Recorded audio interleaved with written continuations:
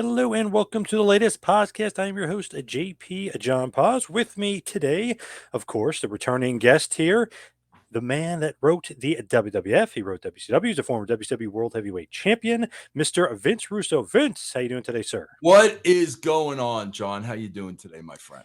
I'm doing good. It's funny, every time we talk, I'm always like, I wonder if Vince is in the news lately. I wonder if Vince is quote unquote relevant lately. Well, And you've been relevant lately. Why? I don't know, but you have been. What's going on with that, Vince? bro, You're I always have to tell you, and I am not kidding around, John. I really try. I try to stay irrelevant. I really do, bro. Listen, I am semi-retired.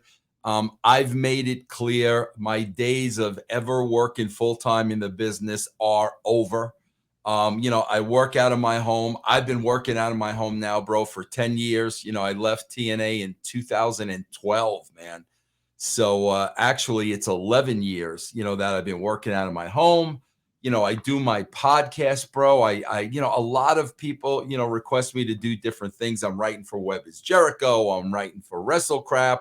I'm working with an indie promotion here, Rocky Mountain Pro. I do a lot of work for Sportskeeda.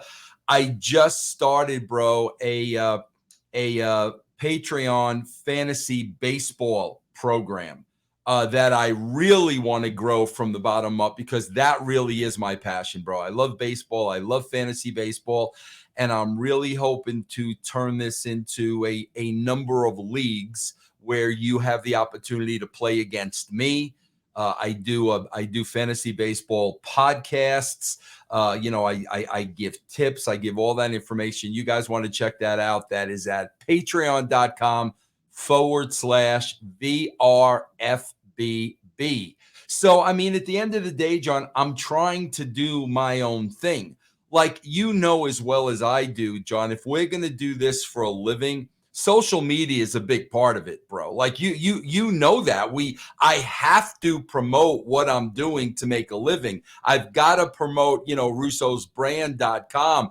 I have to, keep the audience engaged through chatter on Twitter and things like that. That's part of promotion. But I got to be honest with you, man, trying to, me trying to stay relevant in the world of professional wrestling, I have zero interest in. It's just, especially when I do the show with, the guys at Sportskeeda. Oh, okay, bro, you're going to pay me to review Raw. You want my opinion? I'm going to review Raw. I'm going to give you my honest opinion. You ask me to come on here, John, you're going to ask me some questions. I'm going to give you my honest answers. So I don't know, bro, if answering questions is me trying to be relevant, I guess that I'm trying to be relevant. I mean, if people ask me something and want my honest opinion, I'm going to give it, bro. I've always given it. so Carmella recently. I guess you were talking with Dr. Chris, and you guys were talking about Raw and or whatever she's been up to. I think she was in a Fatal 4-Way or something, but she's back and she's kind of doing that same character again. The Staten Island badass, or whatever it is that character that she does looks like $1,000,000. I mean, she's back into form. There's no doubt about it. But you had said something. What did you say? Because I saw that she wrote back to you like, "Oh, it's the same old crap again." I know. I basically just said, John, and John, this is nothing against the freaking performers, bro. This is against the booking. It has nothing to do with the performers. I never met Carmella. I'm sure she is a lovely, lovely individual. I've never criticized Carmella's work. I've never said Carmella's, not a hard worker. When I talk, bro, I'm coming from the point of view of what I did for a living for a very long time. I'm talking creative. And I was just saying, bro, in that match that they had, that 4-way on Raw, it's like, bro, why are we going back to, Carmella? Yeah, and that's the problem with the booking, bro. Win, lose, win, lose, win, lose, over, not over, over, not over. And then, bro, they think when they bring somebody back, the entire, back history is forgotten. And now it's new and now it's fresh. And my comment was, How many times are we going to go back to the well with Carmella? We've seen it. Why didn't you give, Piper Nevin? Why didn't you give her the victory? Why don't we start something new and fresh with her? Because even with her, and I'm a fan of hers, they drop the ball on freaking Dewdrop. What 1,000% they drop the ball on her. So when I'm talking about these things, man, I am talking about characters. I am talking about storylines. I am talking about creative. I am not talking about these people on a personal level. I think it's the Princess of Staten Island, the The gimmick. But yeah, Princess of Staten yeah. Island. So she came back, she won again, and then now she's in the Elimination Chamber. So it does seem like I don't know. She's going to lose there, and I think Asuka's going to win. So it does seem like kind of rinse and repeat. They give people a few wins, and then they're going to have a few losses. Exactly. Yeah. That's what I'm talking about. It's nothing against her. She's not writing the show. It's just their booking, bro. It's just like you said, man. It's a wash, rinse, repeat. I mean that it's over and over and over again. Would you have kept Piper Nevin as Dewdrop? Would you have kept that name? No, well, Dewdrop was a horrible name, bro. We knew it was a horrible name from the get-go. However, I have a problem with we can't have seen her as Dewdrop, and then all of a sudden she's Piper Nevin with no explanation. See, I didn't do things like that. If you're going to change somebody's name, well, there would have been a story behind it. But no, she's Dewdrop. They book her horribly.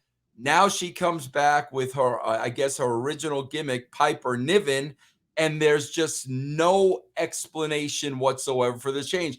That was the problem I had with Becky Lynch a couple of months ago. She was the man. Okay, we're the man. I get it. You're the man. Then she went away, and then she came back, and she started cosplaying with these Elton John elaborate costumes, and I'm like, where is the character transition? You've got to show me how she went from the man to a cosplayer. Otherwise, I'm not going to understand. So so she took exception to that at the time, and I explained to her, Becky, I don't understand. When you last left, you were the man. Now you're coming back in all these elaborate costumes with no explanation whatsoever.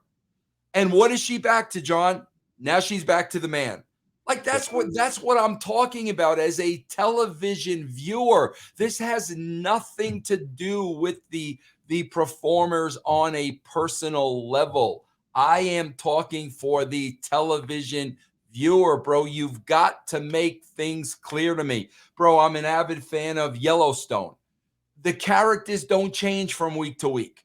The characters remain the same. They're always true to themselves constantly. I mean, and bro, Carmella was in that category too. Remember, she had Reggie, and it was the wine gimmick. Remember? Yeah. And then, bro, like stuff just disappears, and there's no explanation, no nothing. That's bad booking, bro. That is bad booking. That is bad storytelling, and it has nothing to do with the individual on a personal level. So Vince was booking a lot of that. So now Triple H is booking.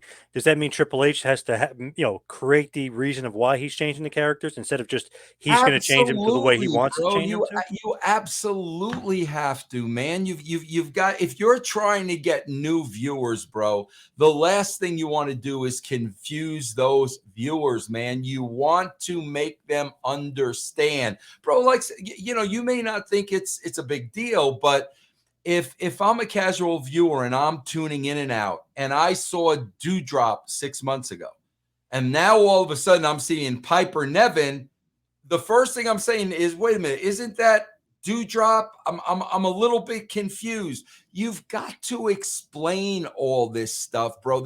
That's where the writing comes in. You can book anything. Tony Khan's about to get his 3rd Booker of the Year award. You can book anything, bro. That's not writing. Writing is details. Writing are the nuances, the dotting the I's, the crossing the T's. That's writing. And, the WWE, man, they just do this over and over and over again. Bro, look at Corbin. Out of left field, now he's tied with JBL. No reason, no explanation. Where did that go, John? Where did that go? That's why I'm saying, bro, you just can't throw shit together, man. This stuff needs to make sense. JBL fired him, right? On Raw. He's no longer with them, I think. Yes, I was reading yesterday. Now JBL's done, and then what was all that about? Like, where did that get Corbin? Buried him, I think. I think so too, bro. I mean, absolutely. A couple of weeks ago on Raw 30, they're referring to him as a stooge. Oh, this is your stooge? I'm like, bro, you're freaking burying the guy. Like, what are you doing here? You don't bury talent, bro. Very weird, because then he loses to like Gargano, loses to Dexter Lumis, and then JBL fires him. So it's like, is he going to do that poor gimmick again? Or remember when he was down the dumps, that gimmick? I guess, bro. That's what I'm talking about, man. And then they go back to things that didn't work the first time, thinking they're going to work the next time. The Hurt Business. Did we not do that? Did they not end that? What makes them think it's going to be different this time around? And if they saddle themselves up with Lashley again, what would Lashley want with two mid-carders that have one lost? Why would Lashley want these people? That's what I'm talking about, bro. It's stuff like that so many people just accept. But me as a writer, I'm like, guys, you got to try to make some sense out of this, bro. Yeah, some of it can be confusing. The bloodline stuff is great though. So it's like in one instance they could be really good, but then the details of everything else isn't good. Is that because Michael Hayes and Heyman are kind of taking the reins Yeah, with that? definitely, bro. Those they're not doing the bloodline. I mean, that's being left up to Reigns and Heyman and whoever else is a part of that. They're doing that story, but Triple H and whoever are basically doing the rest of the content that we see. Did you like the Paul Heyman Cody Rhodes interaction, that promo that they had against each other? I liked it, bro, but there were some problems I have with it. First of all, bro, listen, I'm sorry, but Paul Heyman is always just way over the top, too animated for me. And what I mean by that, bro, is when I'm writing dialogue, bro, I'm literally writing the dialogue like you would be having a conversation with somebody. That's how I'm writing the dialogue. When I say over the top, Heyman's, facials and his hand gestures and his dramatic pauses. Bro, you're not talking like that when you're having a conversation with somebody. When you watch Al Pacino or Robert De Niro, they're not exaggerating stuff over the top. And Heyman is just too over the top with me. I'll tell you what I liked and what I didn't like about the promo. What I liked about I like the promo. Overall, I like the promo. There's no question about it. I'm nitpicking a little bit with Heyman. I thought Cody was great. I thought Cody had great facials, not over the top facials, believable facials. I like the content of it. I like Cody telling the Dusty ECW story. I liked all that. But here's where I had two very big problems. First of all, bro, when Heyman says to Cody, he said that you were his favorite son. However, he said that Roman Reigns was a son he never had. With that line right there, bro, the babyface Cody has to beat Roman Reigns at WrestleMania. So you literally just gave away the WrestleMania finish, because you can't say that line to Cody that, oh, Roman Reigns was the son your father always wanted, and then not have Cody beat Roman Reigns. You can't do that. So You've given away the finish of WrestleMania. Then, bro, after that, they're talking about the WrestleMania match. Why is Reigns having a match with Sami Zayn in between? Like, they've already told you, bro. Reigns is beating Sami Zayn. However he does it, who freaking cares, bro? Reigns is going over. It's going to be Cody and Reigns at WrestleMania. So, number one, you gave away the finish to WrestleMania. Either if Cody doesn't beat Roman Reigns, you've buried Cody Rhodes, okay? And number two, you're just going right over this Sami Zayn match that hasn't even happened yet.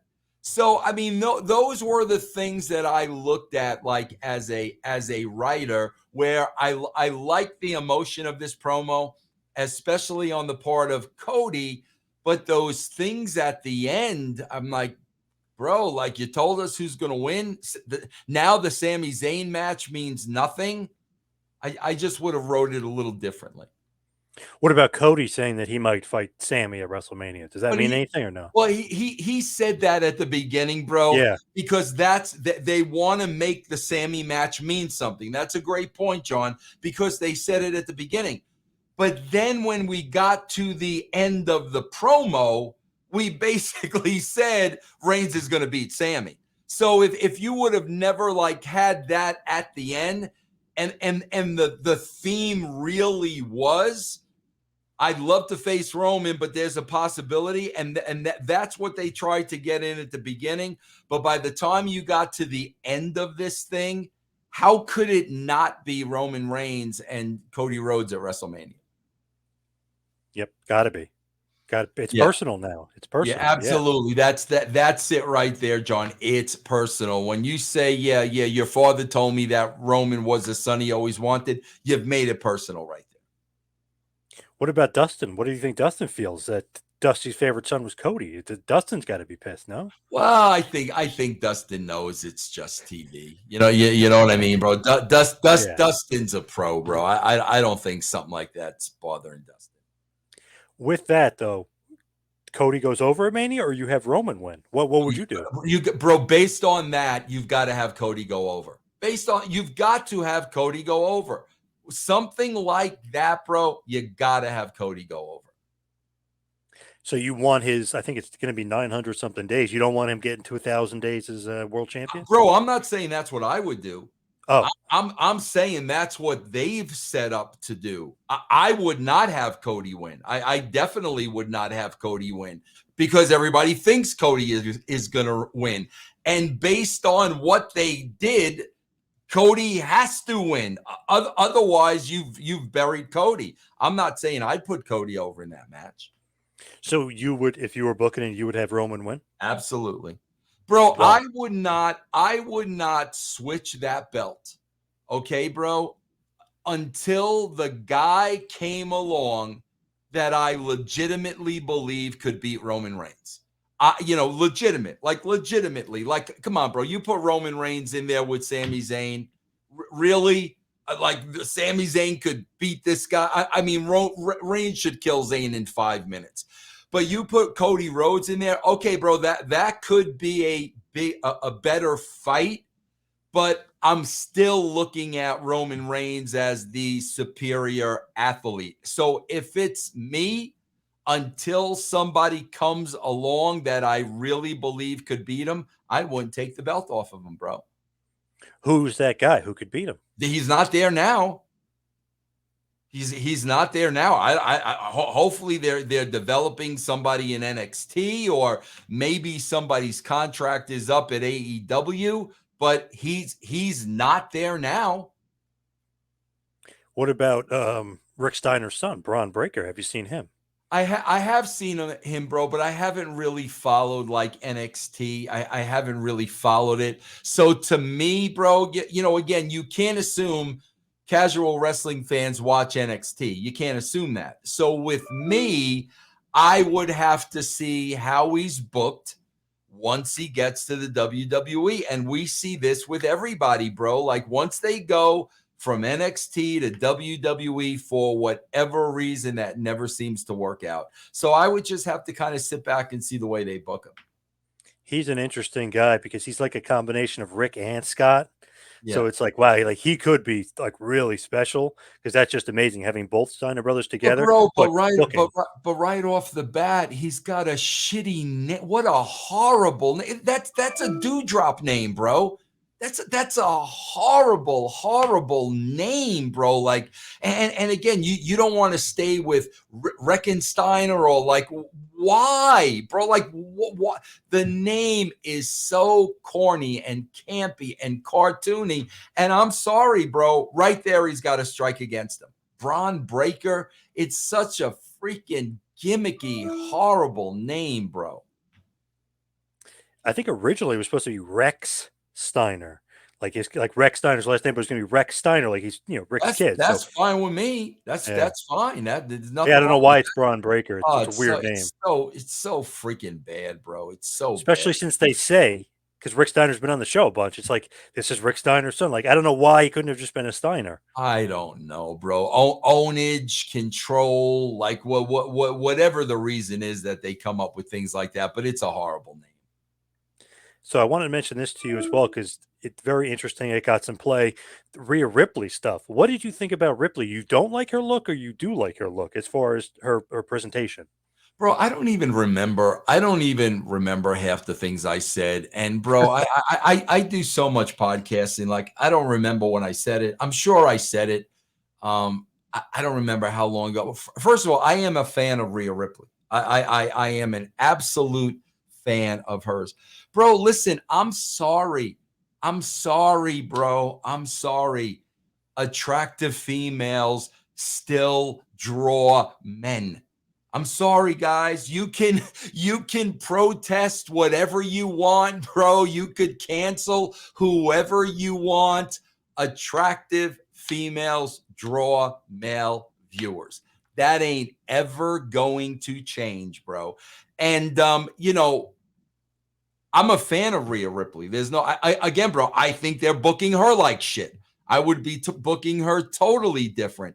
But prior to the a Judgment Day, gimmick, man, I've seen pictures of Rhea Ripley where, bro, she's a beautiful young lady. Like she is a draw. I hate to break the news to everybody, but the core audience of professional wrestling are males, bro. Now, I'm sure some people are into that look. I mean, bro, rest in peace, Daphne. Daphne had that gothic look, and there Yep. was a section of the audience that were fans of Daphne's. But God, bro, they put so much makeup on her face that, to me, it's almost like a mask. It's almost like a character. And again, I'm looking at this and I'm just like, I don't really get this. This woman is naturally beautiful. Your core audience are men. Why are we making her into a monster? I mean, that's probably all I said. And I didn't say that recently either, bro. I said that months ago. Oh, okay. Because it came out somewhat recently. They were saying you didn't like the Yeah, goth stuff. Yeah, yeah, with Rhea Ripley. yeah. To me, though, you're right. It's an interesting look. I guess it fits in with Judgment Day. Her original look before WWE was wow, she was like striking. Yeah, for But sure. that's what I'm saying. That's John. This is exactly what I'm saying. We went from that Rhea Ripley to this Rhea Ripley. There's no transition. You know what I'm saying? That's what I have a problem with. John, you know what it'd be like? Here's what it would be like. We do this podcast. You see Vince, you see Vince, you see Vince. Okay. The next time, John, I come on here and you podcast with me, I'm going to have a complete goth look. And I'm not going to say a word about it. You wouldn't say to me, bro, what's going on here? Why the look? That's what I'm talking about. So what I was basically saying was, what was wrong with who she was, and how did she go from that to this? I bring up Daphne. That was always Daphne's look. Daphne, was in 1 minute, this, and then the next minute that. That was always Daphne's look. We did a total character change with Daphne when what's her name was running for vice president. What was her name again? From Alaska. Remember that? Sarah Palin. Yeah, Sarah Palin. she did the whole Palin thing, but that was like totally separate from Daphne. And Daphne was an actress, bro. She was like a trained actress, so she could play these roles. But again, with Rhea Ripley, my point was, I don't know what was wrong with her with the position she was in before. And if you're gonna go so the other way with it, bro, you at least got to tell me why. I mean, you at least have to tell me why. Do you like the look though in general? Because it's very different. You don't see a lot of No, I don't. a lot of that out there, Bro, especially listen, WWE. I'm not going to lie to you. You can cancel me. You could do whatever the freak you want to do. I don't give a shit. Bro, when I'm watching TV, I enjoy watching attractive females. So what that makes me sexist, bro. Okay, if that makes me if as a man I am drawn to attractive females and you want to label that sexist, then I guess I'm sexist, bro. I mean, men are always going to be drawn to attractive females, and your audience is male, bro. Like I said, bro, there's a niche audience for what she's doing. There's a niche audience that likes that. But to the masses, men are drawn to attractive looking women, which she is. I've seen, bro, she posts pictures of herself out of that stuff. She puts pictures online and on Instagram and stuff like that. So you're constantly seeing her out of character. So that's when I look at those pictures and I'm like, my God, this is a beautiful young woman. I just don't know why I would gimmick her up for no reason. That's my point. Bro, like for instance, if you take the I don't watch SmackDown, bro. Who's the Viking? Valhalla, Sarah Logan. Sarah Logan. But bro, Yeah. like that's their lifestyle. Like Yep. that is a shoot. They're into that whole Viking vibe. So that's really who she is. So I absolutely get that. I don't think Rhea Ripley's character is who she is. I really don't, bro. And then here's another problem you're gonna have. She's gonna turn babyface, bro, Yep. because she's so unique and she's so different, and she really does stand out as a cut above the rest. She's going to be a babyface, and that's going to be very difficult as well with that goth. That goth personality.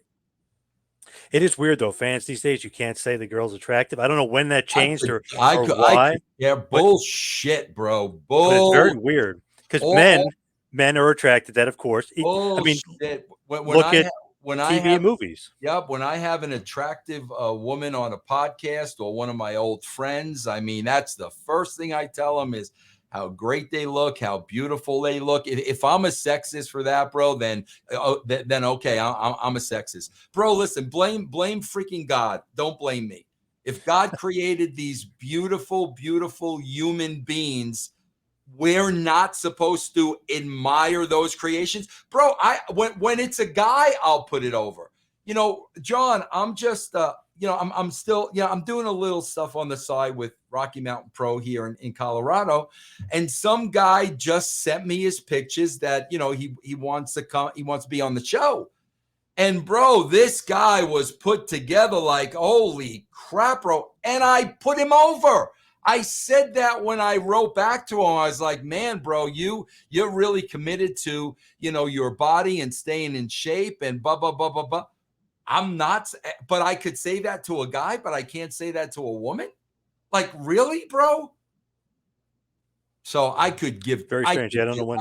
I could give two shits, bro. Bro, at my age, you're not gonna freaking change me.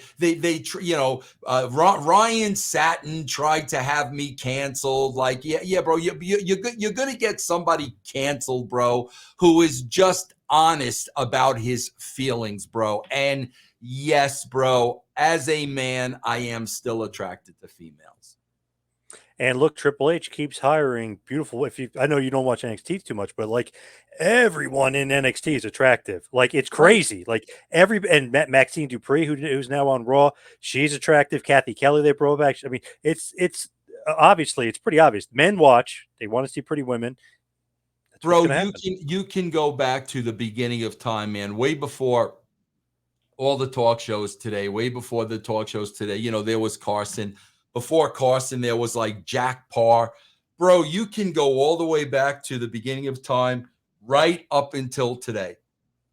When female actresses, musicians, sports celebrities, when female entertainers are on, you know, Fallon and Kimmel and your talk shows, watch how they dress, bro.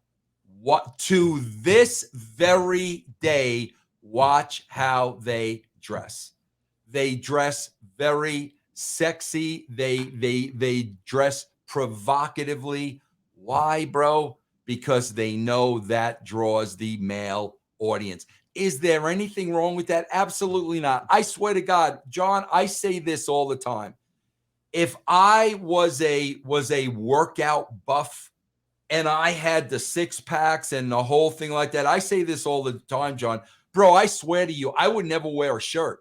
I would never. I would walk around like, we do a lot of work with Stevie Richards. Bro, if I had Stevie's physique, I would be doing this podcast with no freaking shirt on. Right. Whatsoever. So I'm not going to apologize for these things that are absolutely ridiculous, bro. All right, let's get to the topic at hand. In Your House, number 16, the Canadian Stampede, which was on July 6, 1997, Calgary, Alberta, Canada, at the Canadian Airlines Saddle Dome, the world famous Calgary Saddle Dome. The attendance 12,151. The pay per view buys 171K. So not bad there. Great attendance. Were you in attendance at Yes, the yeah, because Calgary I'll, Saddle I'll Dome? I'll never forget it, bro, because it was very special. And Calgary was beautiful, bro. It was absolutely beautiful, bro. I remember going home from the event, bro. It was about 10 o'clock at night, and it was still light outside, and everything was, mountainy and colorful. I remember it vividly. I remember what it meant to the Hart family, how this was like just so special to them. So yeah, bro, I do remember going there because it was beautiful, bro. I would say in all my travels, bro, the most beautiful place I'd ever been to. Wow. So what Yeah. was your role backstage at this point? I know obviously you're on the writing team, but do you have a lot of say, a lot of power? Are you still producing? What's the role You know, backstage? I'm still producing. See again, bro. You got to give me. Is this after? Well, Bret's a part of this, right? So this isn't Yes. after Bret screwed Bret, right? Yep. This This is before. Yep. Yeah, no, bro. I'm doing a little producing, and I'm involved a little bit in characters and whatnot. But this is probably at that time it was either Bruce and Pat or either Bruce and Cornette. I don't know if Pat had left yet at that point. The O.J. Simpson trial, was that before or after this? Before. That was before this. Okay, so this would have been Bruce and Cornette. When you're there, do you have any influence on the writing? I don't, bro, because bro, when they first brought me in the fold, and like I said, man, Bill Watts brought me in the fold. Then Bill was gone. Okay, so I really didn't want to do or say anything to rock the boat because I knew in my mind, especially Cornette, they would not so much Bruce, because Bruce and I were friends, but I never wanted to be out of line, bro, because I knew it would have been so easy to eliminate me from those meetings. So during this time, bro, I'm literally sitting in with those two creatively at Bruce's house. It's just the three of us, but I'm pretty much keeping my mouth shut. When this is going on, are you in Vince's ear at all, just as far as like creative direction, or not at all? You don't talk to Vince at this point. Nah, no, I talked to Vince because of the magazine, bro. Like I always had monthly one-on-one meetings with Vince, always. So there was dialogue with Vince, but the creative, the television creative dialogue had not happened yet at this point, unless, bro, I started writing all the house shows promos for these guys. And every one of them had to be different, hey, yeah, this weekend in Madison Square Garden. So I literally, bro, before TV, I would write over 100 promos for each particular guy. Then I would be in the, in the pre-tape room and produce them while they were doing those. Vince would approve all those. I would have to sit down with Vince, show him the verbiage of all those, and Vince would have to approve all those. So there was creative like at that level, but as far as the show, very little. When you look at this time period, it's very interesting that like in the USA, Bret and the Hart Foundation are booed. In Canada, they're like the ultimate babyface. Is that weird creatively? Like I thought it this was is like a awesome, man. paradigm, or I or thought it you was. like it? I'm totally cool with it, bro. Because like I say, man, the key to writing for success when it comes to characters is staying true to who they are. Okay, bro. Bret's the same guy in Canada as he is in the United States. Bulldog is. So I don't care where we are, as long as they stay true to the character. Because John, my rule of thumb was, I really didn't care, bro, if somebody got booed or cheered. What I cared about is, are people reacting? That's all that matters, bro. Whether you boo or cheer, like that's your personal taste. Are you reacting to this talent? So the fact that they were reacting to this group in Canada and the States, bro, that's all I cared about. It is so interesting at that time because it's like, wow, the crowd is so much different Yeah. depending on if you're crossing the border or not. If you're going into Canada, I mean, it was just crazy how Yeah. over Bret and the boys were. But you got to know that, bro. As you're writing, like you've got to realize that you've got to realize what the crowd reaction is going to be as you're writing and laying out these shows. So we were well aware of that going in. We knew what it was going to be. Do you want Austin and LOD? Do you want them to be more heelish or no? No. Stay true to the character, bro. I mean, stay true to the character. That's one thing, bro, that I am very, very, very much into. Were you paying attention to Bret's relationship with Vince? Because he had just signed that 20-year pack. He's going to be there for life. He's going to be making basically $1 million or so a year, for 20 years. At this point in summer of '97, it seems golden. I mean, he's the top of the card. It's his pay-per-view essentially. I mean, he gets the biggest reaction of anybody on this show.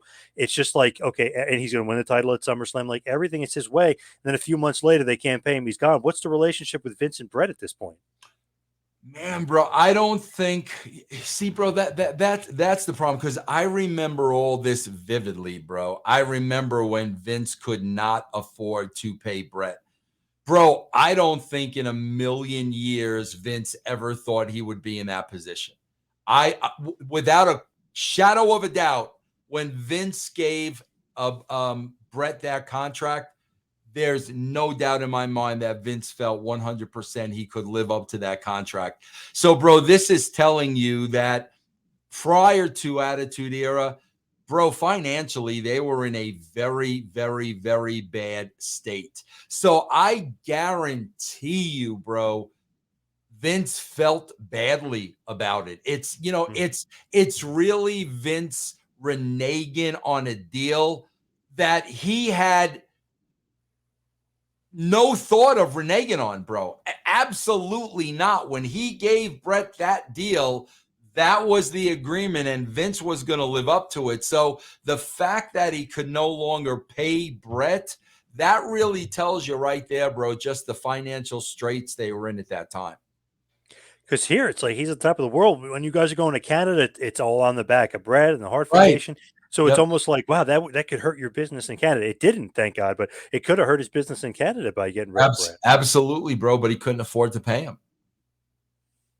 So the show starts off with a free-for-all match. The Godwins, of course, Henry Godwin and Phineas Godwin, defeating the new Blackjacks of Blackjack Bradshaw and Blackjack Wyndham. Match goes 5 minutes 30 seconds.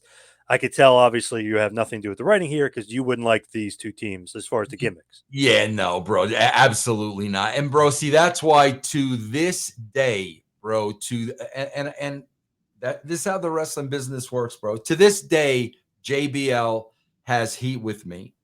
And where the heat came from was I was the guy that sat down with JBL and that sat down with Wyndham, and I was the guy that said, bro, this gimmick is just not working and it's not going to work. And see, bro, that's the funny thing about wrestling, man. I was always the guy that would tell you the truth. Okay. Like, in other words, bro, if Vince wasn't using a guy, there was a reason why Vince wasn't using him. When a guy came up to me and said, hey, Vince, why isn't Vince using me, John? Guess what? I would tell him. I would tell him, bro, because I knew, bro, this guy's got a family. He's got a wife. He's got kids. This is his livelihood. If there is something Vince doesn't like, how is this guy ever going to be able to correct this without knowing it? So, bro, the funny thing is, I would be the guy that would be honest, and I would be the guy that would get the heat because they didn't want to hear it. And it's like, bro, I'm trying to help you. Like, this is why Vince isn't pushing you. This is why this gimmick isn't going to get over. But I got to tell you, bro, that they're not used to honesty in wrestling. So when you tell them flat out, you're the one that gets the heat. So, yeah, bro, I would have never. And, bro, let me tell you something. Mark Canterbury and Dennis Knight, bro, these guys were the real deals. Like, you don't want to piss these guys off in a bar. I mean, bro, you could take either roster today, AEW or WWE.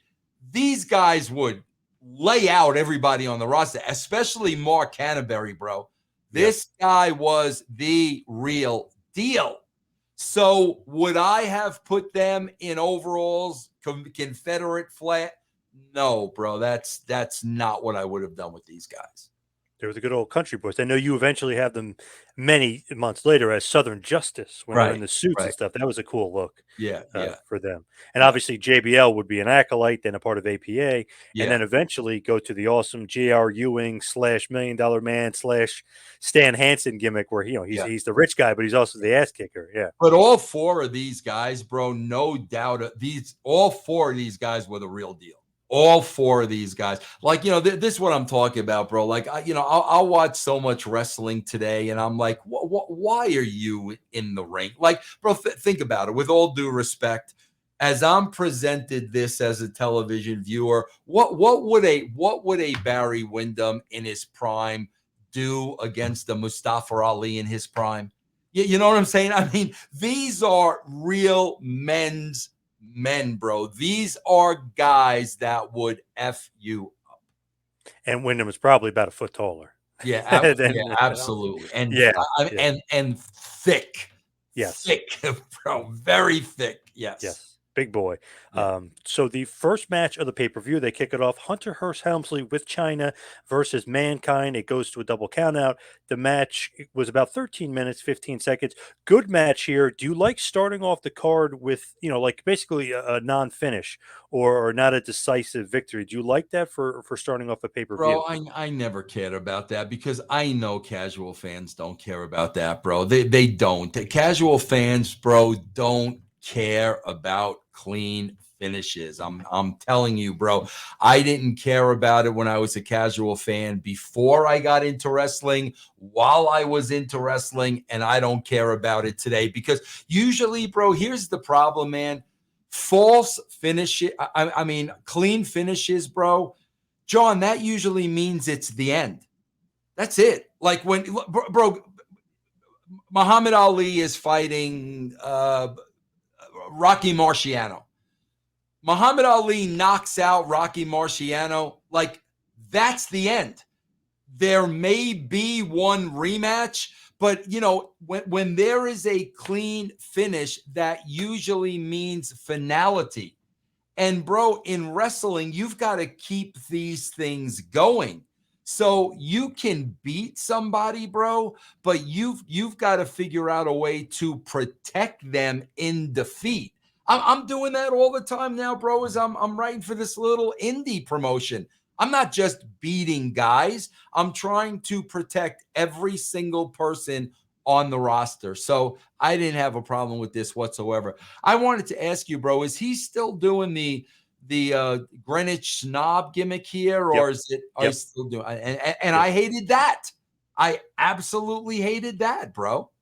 It's funny though, like Mankind in this feud, and they'll fight in the back in the parking lot. Triple H is actually a little bloody afterwards, but it's starting to show like, okay, this prissy boy is actually kind of tough because this match is like kind of teases you with it. Then they have the SummerSlam, the cage match, where he's really he rips off the shirt and he's kind of dude love and he does the snooker and he'll win that one. But then they have that match on Raw in September of '97, so a few months later, and it's a wild, crazy brawl. So it's almost like teasing, like, wait, this prissy boy is actually like kind of tough. He can handle Cactus Jack and Dude Yeah. Love and Mankind.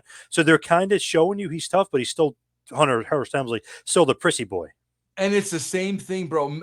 Bro, if I would have never became a part of this, Mankind would have forever been Mankind. And bro, I got to be honest with you. To this day, I don't. First of all, again, going back to names, what the frick is Mankind? Like, I never understood it, bro. I Yeah. never.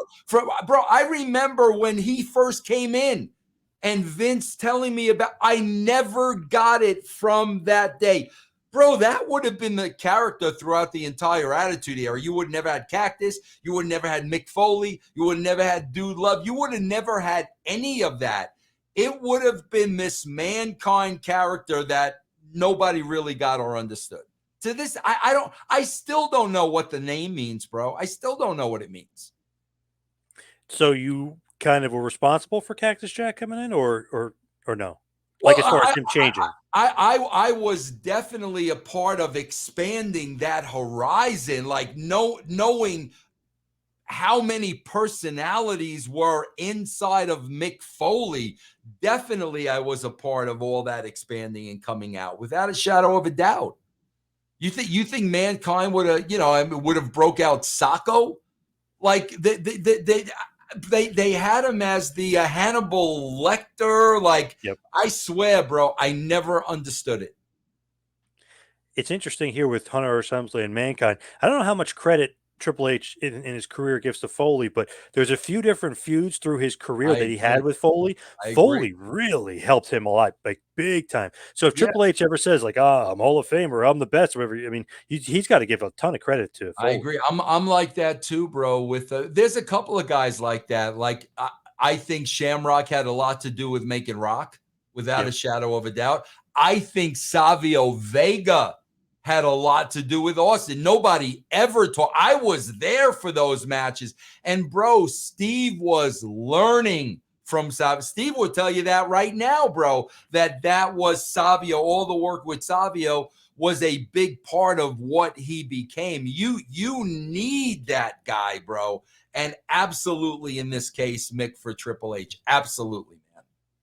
So then the next matchup, kind of, I guess, an answer to the WCW Cruiserweight division that was so successful. They bring in the great Sasuke, and Sasuke defeats Taka Michinoku in about 10 minutes in a really, really good wrestling match. Do you think that it was just literally, hey, WCW's killing it with the Abs Cruiserweights where you have to have our 100%. lightweight division? 1 billion%, bro. Yeah. And I was not a fan of this. The junior heavyweights. They're not a fan of the junior heavyweights. I'm a fan of Brian Lawler.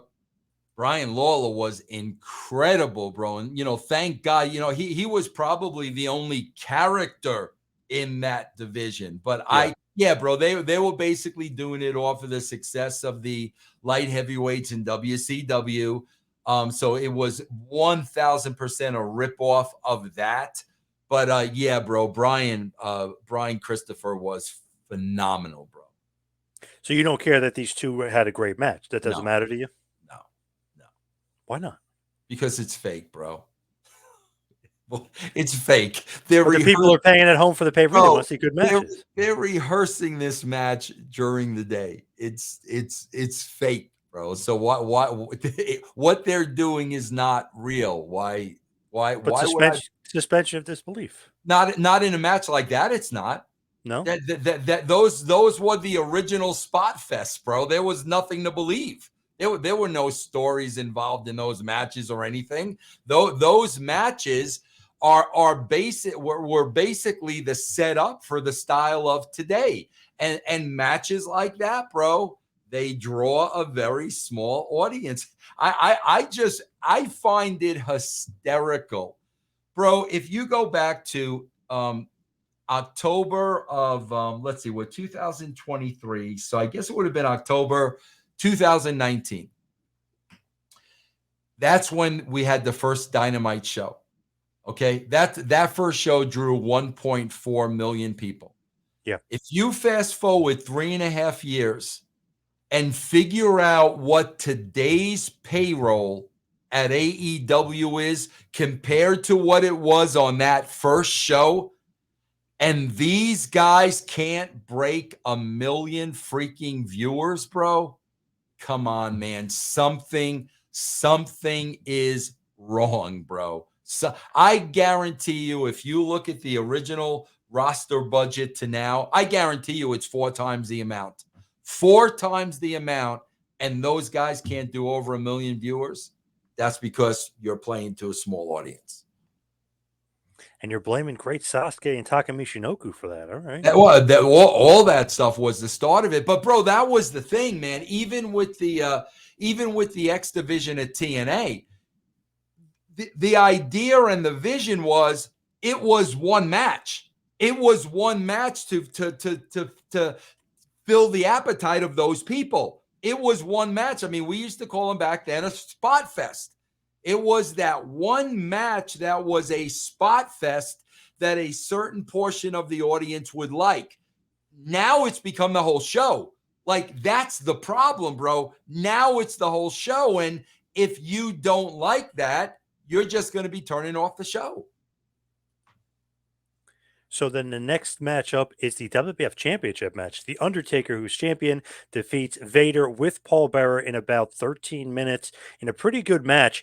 I mean, do you mind that it's not the main event? Because I mean, you're in Canada, you have the Hart Foundation. Do you mind that the World Championship isn't the main event? Not at all, and I guarantee you those guys did not mind either. Absolutely not. Not at all, bro. Man, it's funny, man. When I think about when you're just describing that match, John, bro, the size of those two guys. Like, Yeah. can you imagine how freaking athletic you have to be working? I mean, for Vader to be working with a guy the size of Taker, for Taker to be, do you know how freaking athletic, coordinated, strong, man, bro, that's and especially for them to go 13 minutes, not get blown up because they're big men. That's incredible to me, bro. When you got guys that size, that's incredible to me. What do you think about Vader here in 97 getting a title shot? I mean, at Royal Rumble 97, Vader, with the help of Paul Bearer, did beat Undertaker. But do you like him getting a title shot here? Because it didn't seem like it was like a huge buildup for Vader getting a world title shot. Seemed like he was almost getting like de-pushed for a while. Yeah, bro, I do a show with Al Snow, and we did it yesterday. And Al was talking a little bit about, bro, that, the agents were constantly trying to change Vader's style. That they would not let him be the Vader that came from Japan and the Vader that came from a WCW. And they were constantly trying to change him. He became very confused. It was very, very difficult for him. He probably had a hard time doing what they wanted because he had been doing what he was doing for so many years.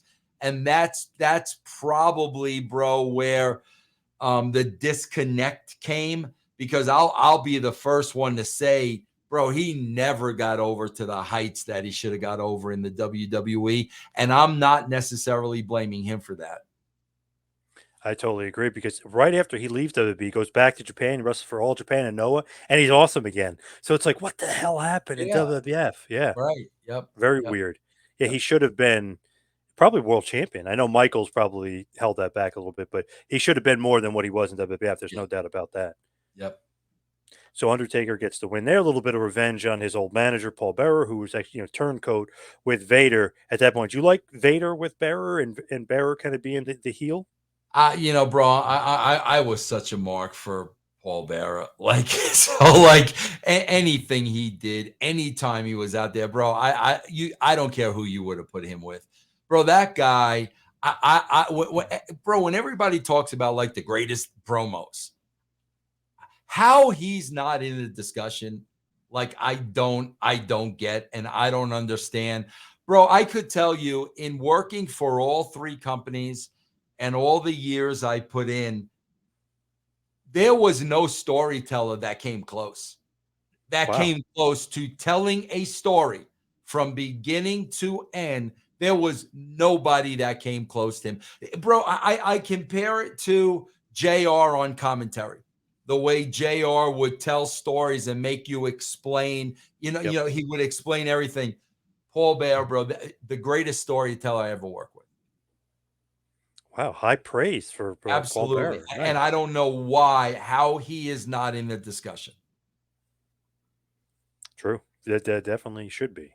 Yeah. So then we have the main event of the evening, the Hart Foundation. Bret Hart, Brian Pillman, the British Bulldog, Jim Neidhart, and Owen Hart defeating the Steve Austin team of Stone Cold Steve Austin, Ken Shamrock, Goldust, and the Legion of Doom, Hawk and Animal. The match goes about 24 minutes and 30 seconds. Great, great 10-man tag. Just an awesome match. The crowd is so good that like they could literally, just do a simple punch or a simple clothesline, and the crowd is loving it, and you just get engrossed in the match. I mean, what a match. Have you ever heard a crowd like that before? Yeah. Bro, Home field advantage. yeah, the one thing I'm thinking of though, man, when you lay all that out, bro, and you're mentioning those names, like, bro, 6 out of the 10 are no longer with us, man. Mm, Like, that's like, wow. Like, because again, bro, these are not guys that would have been older. A lot of these guys, maybe, I'm 62. So maybe they were a little older than me. Maybe they were 65, 68, somewhere in there. But man, to think about four of these guys no longer with us. But yeah, bro, like bro, like that sometimes you don't realize how over things are until you see something like this and you see the reaction, to the Hart Foundation, in their hometown. And you're just like, holy shit, like you don't even realize how much over it is. Bro, I swear to God, I had that experience when I was working for the WWE, bro, and it was during the Attitude Era, right? Think about this, John. It was during the Attitude Era. Bro, I never got a vacation. Nothing, zero. Okay. But I happen to maybe get a weekend off or something. Okay. Like literally 2 days, right? So I took the family to Universal Studios in Florida. Bro, I swear to you, it's in the summer. There are thousands and thousands of people at Universal Studios. Bro, every third person had an Austin 316 shirt. yeah. And Oh yeah. and when I saw that, I was like, I had no idea how over it was. I had no idea.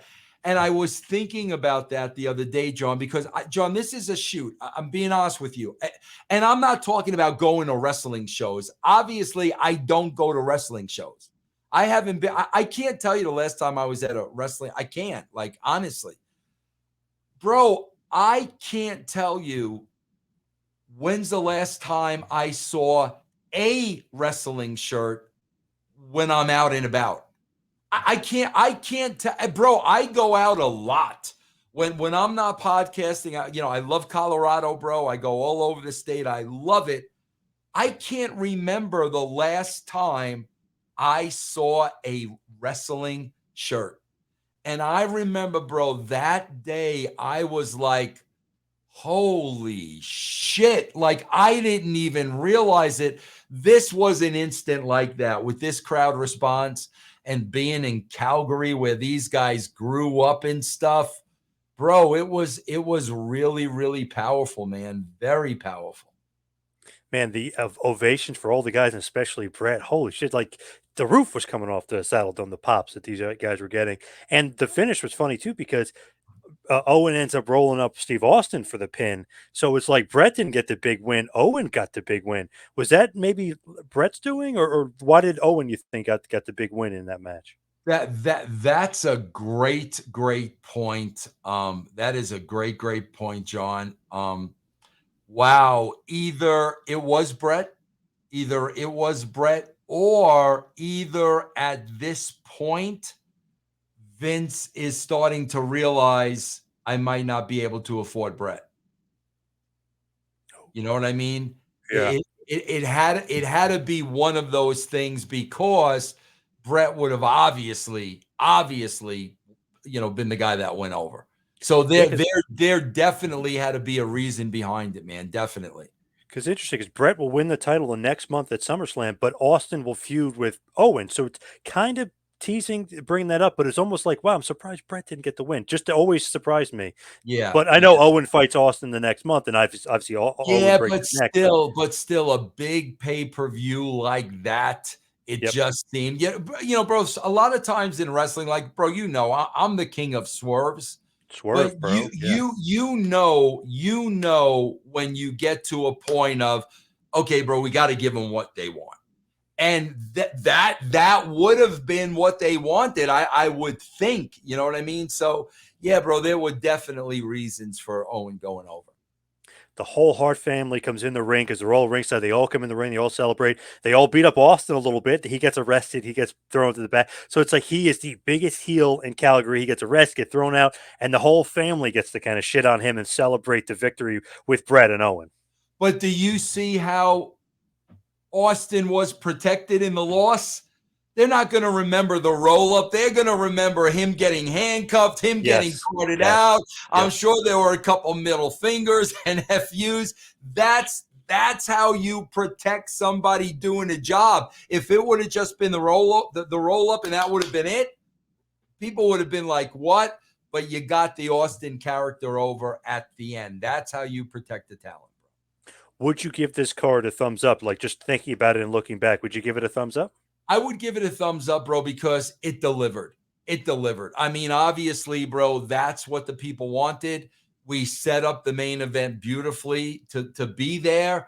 And at the end of the day, we gave them what they wanted. So for people that paid for that, for people that were watching on pay-per-view, I think we definitely paid it off. So I would warrant it a success. Critically acclaimed. All the Dirty guys, everybody loved the pay per view. They thought it was great as well. So it was kind of unanimous. The fans liked it, Well, and the and Dirty. think about that, John. When is a 10-man ever over? You know Yeah, what I'm this was saying? awesome. Yeah, Ever. When is a 10-man ever? Like, ever, bro. I think it's fair to say this is the most over 10-man match probably in the history of wrestling. I loved it. Yeah, Yeah. awesome, awesome match. Yeah. So let's head towards the plugs. You can follow me on Twitter and Instagram at Two Man Power Trip. Check the website tmptempire.com. Vince, what do you got?